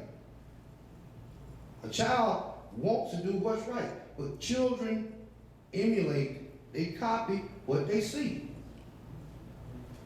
You remember growing up, wearing your daddy's shoes or your mama's shoes, playing dress up. Kids do the same thing now. They copy what they see. When they're exposed to certain things, that's all they know. Amen. As mayor, I want to give that child an option. I want to bring back summer job programs that we used to have. And we need to have these kids exposed to different things so their mindset will always be on something negative. Teach a child what it means to become a city engineer. Teach a child how to get water distributed throughout the city of Valdosta. Teach a child how we manage traffic, how we process a water bill, how we work in the courts. Rather than being a defendant, be a worker in the courts. What does it mean to be a court recorder or a court reporter? I'm sorry, thank you very much. Got the tongue twisted here, driving. But my point is this, y'all. If we expose our kids to something different, hopefully, maybe, things will change for them. Now, my plan is this. I would like to see the city invest in 100 children during the summer. Give them summer jobs working for the city. Pay them a little over $7 an hour. It would cost roughly $300,000 out of a $100 million budget. I think that investment's well worth it. If you give a child $600 every 2 weeks to put in their pocket, they can do a lot with that money, including help mama pay some of those bills around the house. That's what I would do as your mayor.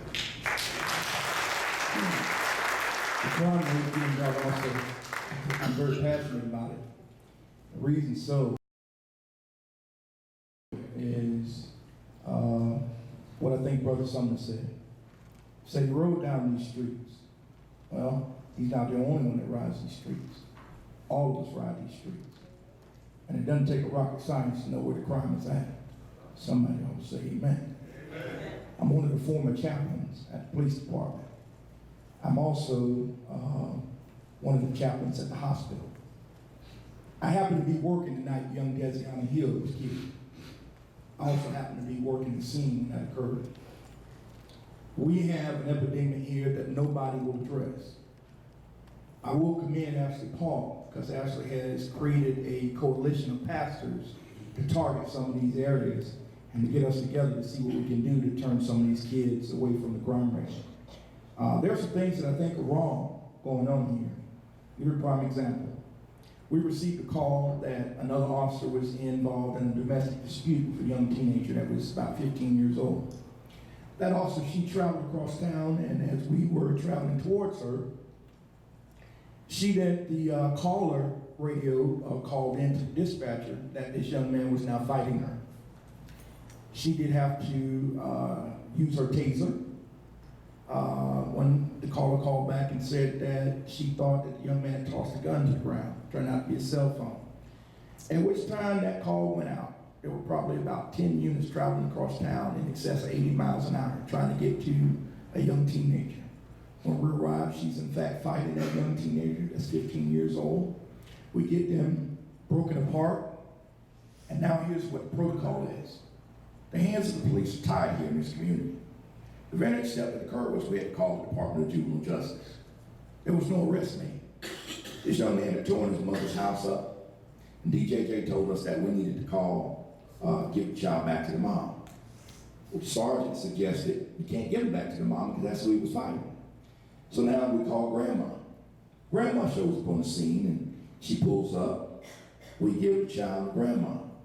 The child gets 1 block away from the incident scene, jumps out of the car and comes back to where we are.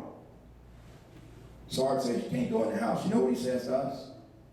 You can't arrest me, I ain't got enough points.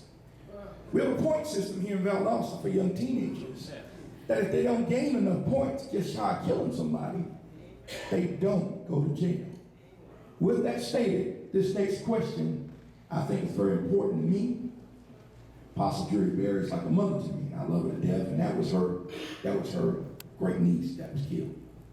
On June 22nd, 2019, in the wee hours of Saturday morning, young Desiana Hill, 18, was shot and killed just a few yards from where we are, where we're sitting. Like many of other crimes that have happened here in Valdosta, her case is going to be a cold case already. There were over 200 teenagers gathered at this very location when this incident took place. This is a senseless act of violence which led to a tragic loss of a young lady's life.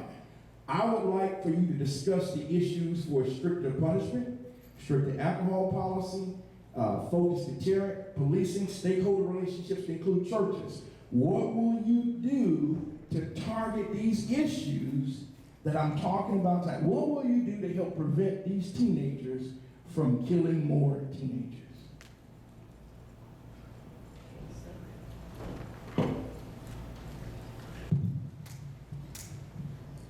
That's a tough, tough, tough question. And it sounds like a lot of people hadn't figured it out yet. You did say a couple things that I addressed a while ago, and you might have thought it was a joke when I said you need to buy them a Bible instead of game right? Raising kids start in the house, in the household. And when they see parents doing drugs and sorriness, busted up homes, what are kids gonna think and do?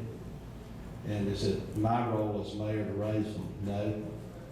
First off, I'm gonna make sure the law's enforced.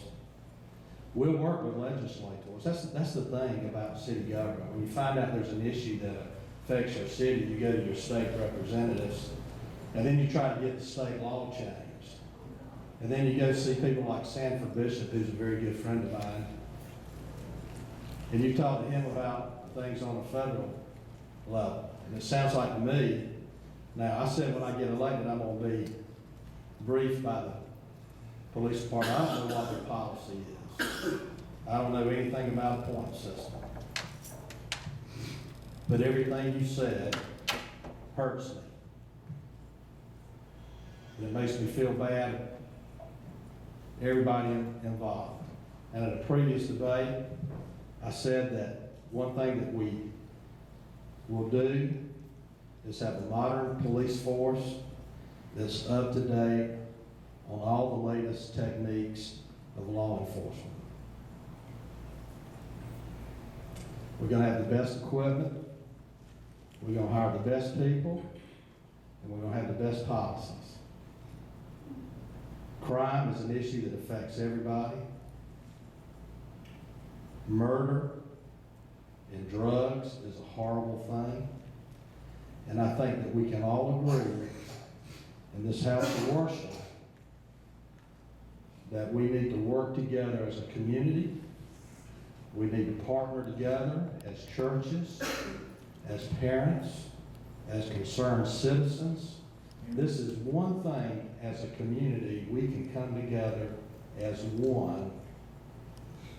Working together, we can solve the problem. I recognize what your issue is, and I appreciate you bringing it out tonight. And I will look, and I will study, and I'll do my due diligence.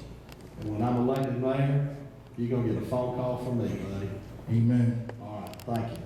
I'm looking in the back and I see Brother Adrian Rivers. And he's one of the former members, not still with the Department of Defense.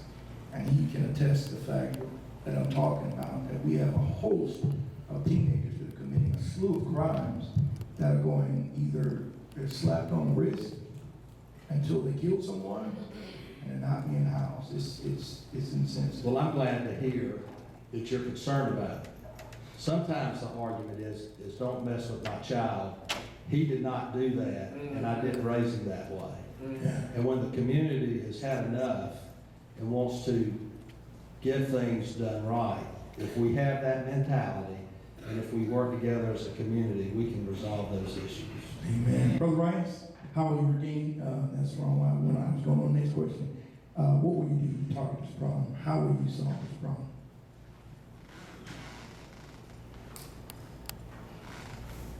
Nothing impacts you like the death of a child. This young was in my criminal justice class year before last. I got to know her personally. I still don't like to think about it. I don't like to talk about it. I know it took all I could muster to go to the funeral home and see her laying there. I never did meet her father, but I did meet her mother. I went over to her mom's house, my wife and I, and met with the family there that Friday before the funeral. And it's still hard. even at the funeral, at morning, started at Saturday, I sat with my students. And we remember the impact that she had on all of us. She used to tease me about my weight. She thought I was fat, but I know I wasn't. She knew I always brought snacks. And she said, Mr. Rice, you don't eat all these Snickers. I'm gonna take 2 of them and leave you 1. But you know, you never think about stuff like that. You don't think about stuff like that. But you think about stuff like that when they're no longer with you. I wish I had all the answers. God knows I do. But I'm willing to try. There's nothing more valuable in life than a child. Because children didn't ask to be here. That's something we, as parents, are responsible for. And we got to do all we can to protect them. I know most of us do anyway. And none of us want anything to happen to our baby. We just don't. I don't care what kind of parent you are. You still don't want anything to happen to your child. But I know together as a community we can do something besides what we're doing. Amen. Trying to ignore the fact that gangs exist is not going to make them go away. Trying to pray them away ain't going to make them go away. Trying to talk them away ain't going to make them go away. But it's going to take some effort. Education is going to help. Community involvement is going to help. Jobs for these kids is going to help. It's going to take a lot of things to change things. But if we could be a positive influence on any child, to me that's a win. Amen. I don't want any more Desiana Eagles. My heart can't take it. Minister Bussey, same question.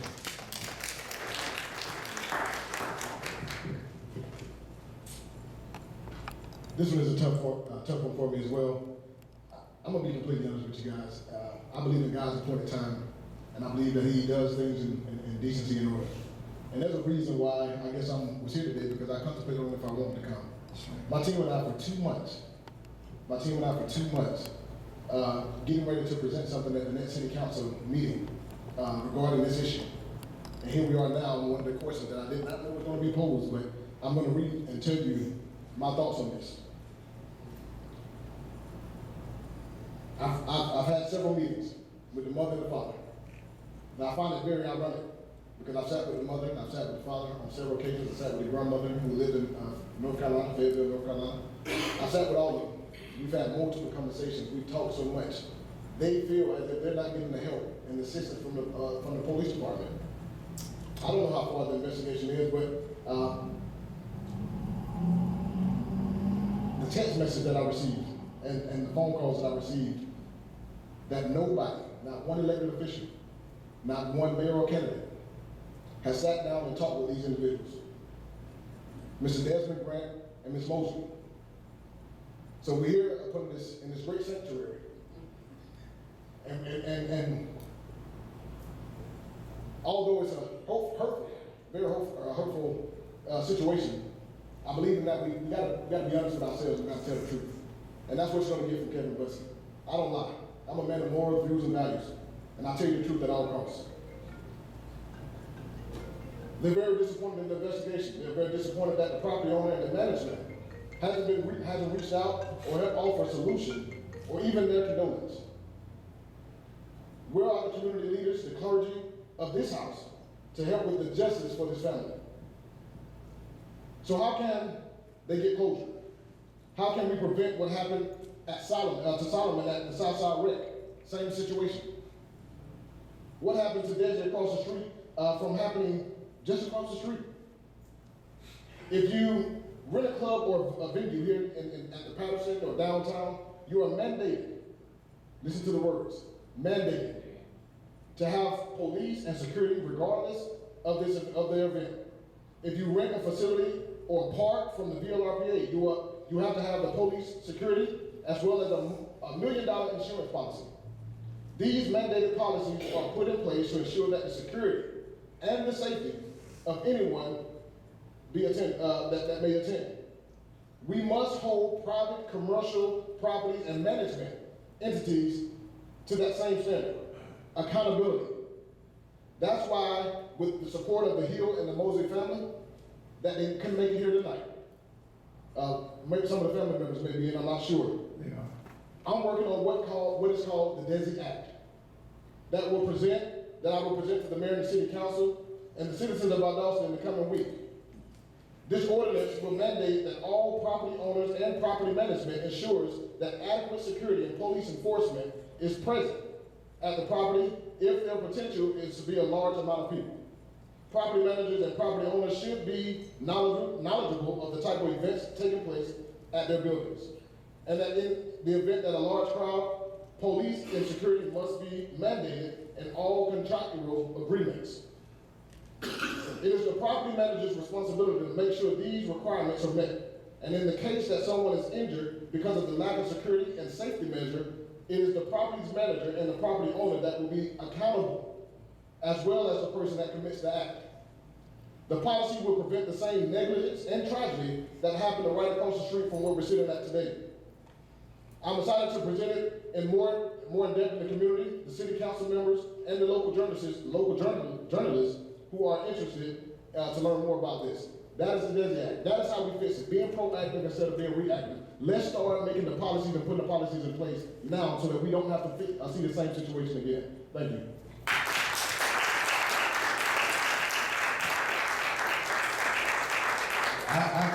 I can't sit here and have my character destroyed. Now, I said I've never met her father, but I did meet with her mother. Never once did I tell that woman that I was running for mayor or mayoral candidate. All I told Mrs. Hill was that I was Desi's teacher. That was more important to me than running for office.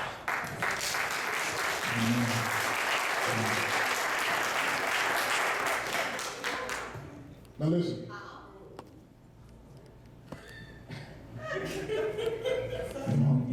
Not one time has Mr. Grant or Miss Mosley ever known that I was running for a position. My wife and I, we sat there with my family. Whole entire family went there and we sat down. I can show you the text messages, and I'm gonna put it right here on the table so that you can come up and you can see it for yourself. I have no reason to lie. The mother and the father told me that nobody, not one mayoral candidate, not one city council member, not one elected official, I was asked as a community leader here in the city of Valdosta to come out and be a part of the visual, to be a part of the candlelight visual, to be a part of the Southside commencement ceremony or program that they had for Desi. This is what I do every day, not just because I'm running for mayor. I'm a community leader. And now I'm going to take that same mindset, that same due diligence, and I'm going to take it over to the mayor seat. And that's what I'm going to do. At the end of the day, we got to stop listening to the false narratives, the false dreams, the false hopes. Stop playing off your emotions. Let's get down to the grind and really make this place a better place for everybody. Amen. This is the last question. I want to thank y'all for being with us. As a pastor, one of the most egregious things I think someone can do in church is because church lasts 2 or 3 minutes longer than it should, we walk out. I've seen some of the same folks sit out at Wilder benches when Kirk Franklin came 3 years ago. And Kirk Franklin performed for 3 solid hours. I got to give that brother credit. I used to watch him on TV and I said, ain't no way in the world he could do it. But he stood there for 3 solid hours and performed. Never took a break. And people were screaming and yelling. And then I got him to church the next Sunday, couldn't get him to say amen not one time. Man, somehow y'all said. So I thank God for y'all very much. This last question I think is very important because it goes back to what Brother Sumner said about not micromanaging the police department and also finding out what it is that he can do to help. Well, I need to give you some important information that's going on right inside the police department right now. Since Valdosta Police Department has a host of senior men, I know several of them personally. I know a sergeant that has 17 years and has not been promoted since. The Valdosta Police Department has a host of senior men with 15 to 20 plus years experience that are still patrolling or in non-supervisory positions. In the last promotion pool, there was a newly minted police sergeant that has a mere 3 years of service that will supervise an entire squad and head major investigations. This is the same police sergeant who last year was reprimanded for running blue lights and sirens through traffic to get to class on time. 1 year later, he's promoted to sergeant. Almost a third of the police force has now considered quitting, 4 of which left and went to Valdosta State University, 2 of which went to Homerville and I can't remember the other place, but they took a $10,000 a year cut, and we just lost the police chief who had to resign. With that said, how will you regain the trust and reassure the citizens of Valdosta that you are serious about the war on crime to provide them with a safer city? I think it's your turn, Brother Rice.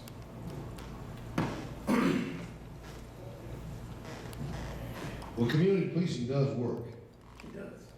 That's when a police officer patrols this area and gets out of the patrol car and meet with the residents of that area and establish a rapport, a relationship with the people there. Because most people know what's going on in their neighborhood. And most people want to live in a safe neighborhood. They don't want a crime in their neighborhood. But sometimes they're afraid to talk to law enforcement because of the repercussions. And that's understandable. But we can't be afraid of the police. But we got police who've got to understand they work for us.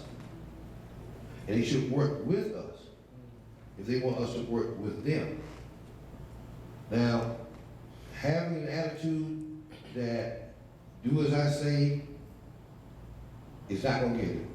You got to be more inclusive on what we do. One of the things that I taught my kids is that when police were 97% white male in the early 60s, and as of the death of Dr. King, race riots broke out all across the country. White police officers were afraid to go into black neighborhoods. One of the things that President Johnson did, he created a program that allowed local police departments to hire minorities. And they placed these minorities in minority neighborhoods. Hispanic police officers patrol Hispanic neighborhoods. Black police officers patrol black neighborhoods. It works. It works. People are comfortable talking to people they can relate to. That's just common sense. I believe in the common sense approach to government. If it makes sense, do it. If it don't make sense, don't do it.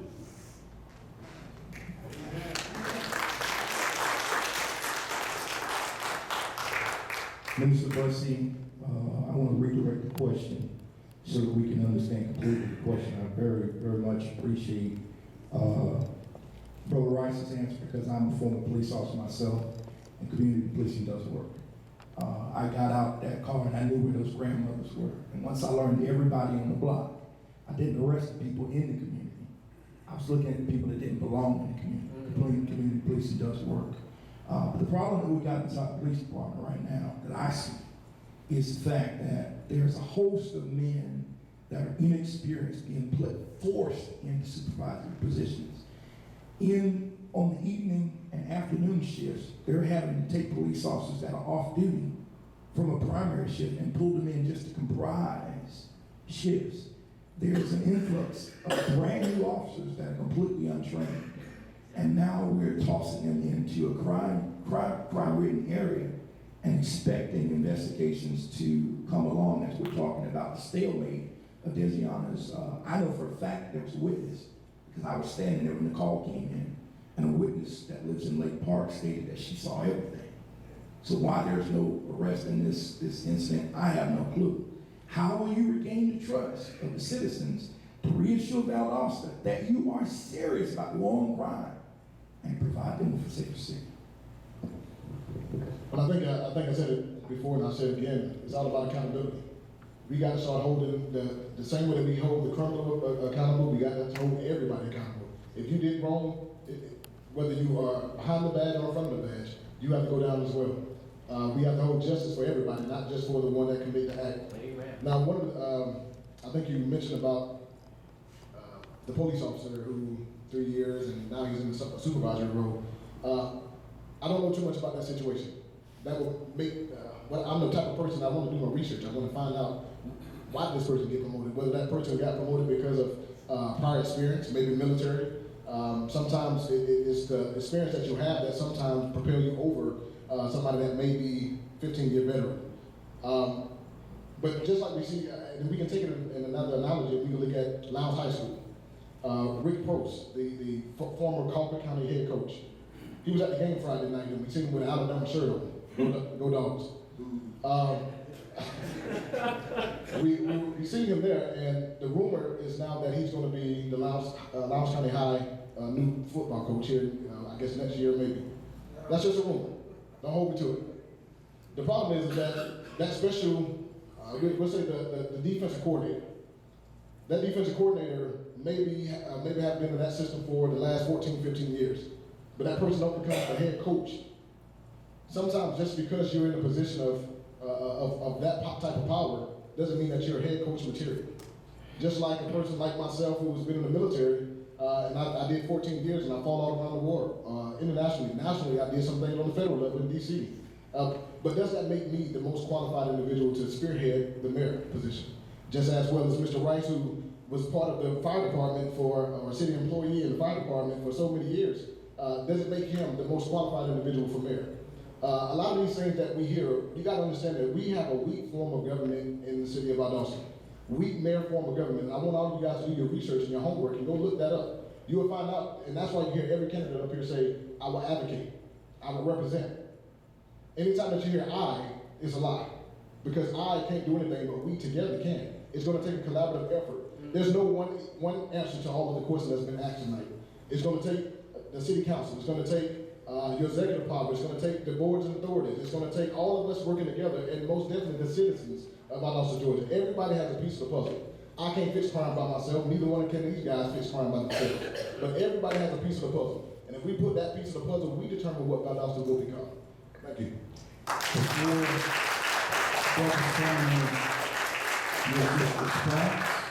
And we close with the benediction. I want to give a little background.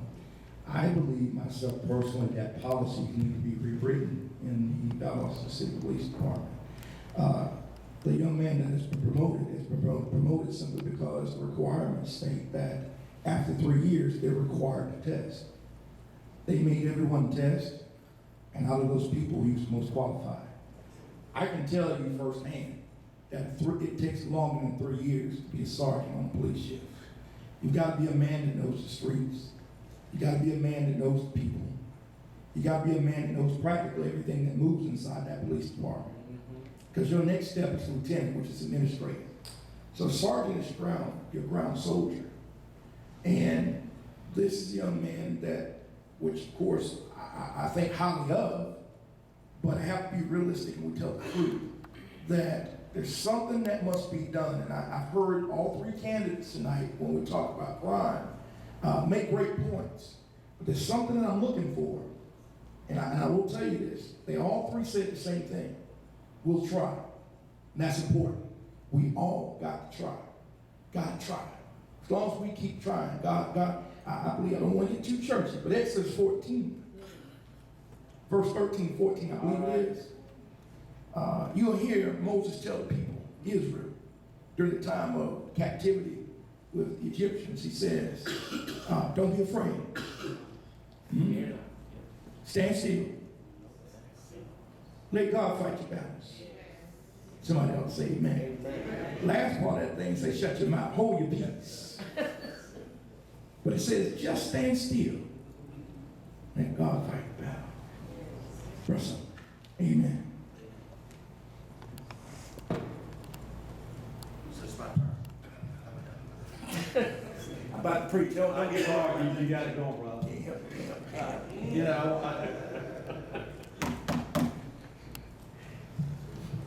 mayor cannot hire or fire anybody. We got a city charter that clearly says that. When I say that I've got not micromanage, what it means is there were J.D. hired and fired people all the time. And there were people that always were either for or against it. J.D., I never went down to your office and told you how to hire and fire on a personnel issue, did I? Never. And I never would. We set policy. We come together as a council, we set goals. And that policy is, I can't micromanage this promotion, or I can't go to the police chief and say I'm gonna hire and fire you. The only person that can do that is the city manager. And the mayor can't fire the city manager without the city council. And so those are policy, internal policy issues. Now, what am I going to do to encourage people and for them to have confidence in our law enforcement? There are sometimes crimes that go unsolved, and I'm not saying that's a good thing. I don't know. I watch these shows on TV, you know. Sometimes they figure it out, sometimes they don't. But we've got to work together as a community, and we've got to support our local police departments. That's a tough job. That is a thankless job sometimes. The internal policies of, you know, you told me a couple things I didn't know. Point system, take a test, and maybe it's not weighted by experience. Maybe the test needs to be changed, okay? Maybe that's how we can do it, is look at the internal operations. We did that all the time. We looked at budgets, we looked at policies. All I can tell you is I'll do my very best. And I said earlier, when I walked in this room, I'm a good listener. And you can ask my wife, you can tell me something, I'll remember it for the next 20 years. All right? So I hear what you're saying. Thank you. This concludes the questions that I have. The questions that came from the audience were also answered within those questions, so there's no need to rehash and go over these questions again.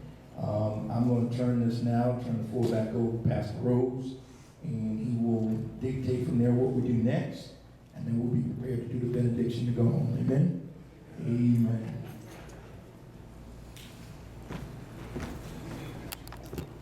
Thank you. I just need to say something. Nobody in this town does more for black folks than Flowing Rooms. Nobody. And everybody here, people who come to my office every day, wanting something, every day. And I do what I can to help every day. Amen. Not one day, but every day. Now, the situation that happened, they said across the street. When I heard about it, I went straight to the police station myself. I went there myself, only to learn that it happened in the 1700 block of North Lee Street. That's the 1600 block across the street. And when I asked Mr. Norman about it that Sunday morning, we don't rent that building to anybody that's under certain age. They have to be adults, and we rent it to them, and they have to sign a contract. They have to be responsible for responsible people. If they're not, we don't let them have it. Period. That's the way that goes now. All this other stuff, I don't know what you're talking about. I don't know what you're talking about. And I don't know what you're talking about. Now we're getting ready to go home, but now there's a little business we take care of every Sunday night. This is not being sponsored by this church. This church doesn't get one dime for you all being here tonight. But we're going to raise an offering, and that's for the People's Tribunal. We do that every Sunday night. I've got my money, and those of you who want to give in it, fine. If you don't, that's fine too. But I'm glad to see you anyway. Amen. Amen.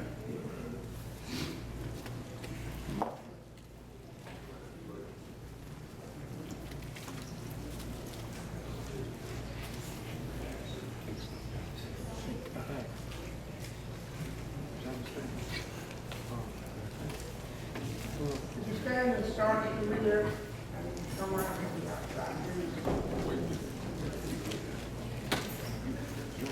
Everybody please stand.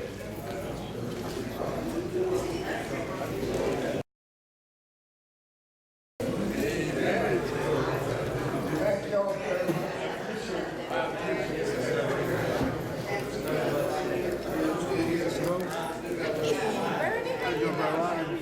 How y'all guys doing? How y'all doing, man? All right. Okay. Young dog. You get it when you team up again.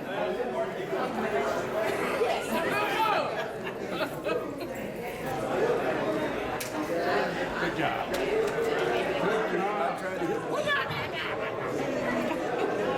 Oh, thanks for talking to me. Man, how you doing, man? Go ahead. I don't like to talk. That'll take me. One of my church members said she saw you. She didn't.